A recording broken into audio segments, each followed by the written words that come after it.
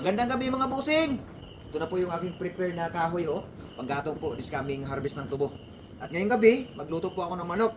Wala kaming ulam. Totoo lang po, wala talagang ulam mga busing. Nagtatrabaho tayo at nagsasakripisyo. So, ito na. Ang reward sa sarili. Ano lang to mga boss? Pinakasimpleng luto. Laga lang. Nilakihan ko na lang yung mga hiwa. Mga 2 oras na pakulo. Pwede na yan.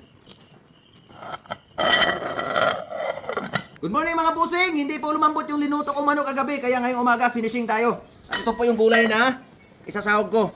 Dahon ng sili, walang hagpat-hagpat. Diretso na yan dyan. Ito, mga talong na to. Wasting of time. Ito, wala nang hagpat-hagpat to.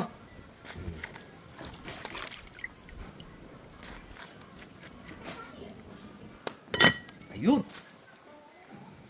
At pagkalipas ng ilang minuto, naluto na kagad yung ating gulay urutan. Siyempre, may sahog yan na manok ng kapitbahay. Psst, atin lang to, huwag kang maingay. At hindi basta-basta gulay lang po ang nandyan mga busing dahil yung isa dyan ay nasa lyrics ng bahay kubo kahit munti. Siyempre, ang ating sigarilyas, talong at ang dahon ng sili. Hindi lang po kasali dyan ang sitaw, pataw, patani, hindi pa po kasi nag-produce ng bunga. Tingnan nyo po mga busing, itsura pa lang, ulam na. Kaya excited na ako. 2 hiwa ng pa at gulay kahit walang kanin, sold na po ako dito mga busing. Ang lahat ng mga yan ay libre ko lang po nadampot dito sa aking kapaligiran. Dito sa bundok, magbasipag ka lang at magaling kang dumiskarte.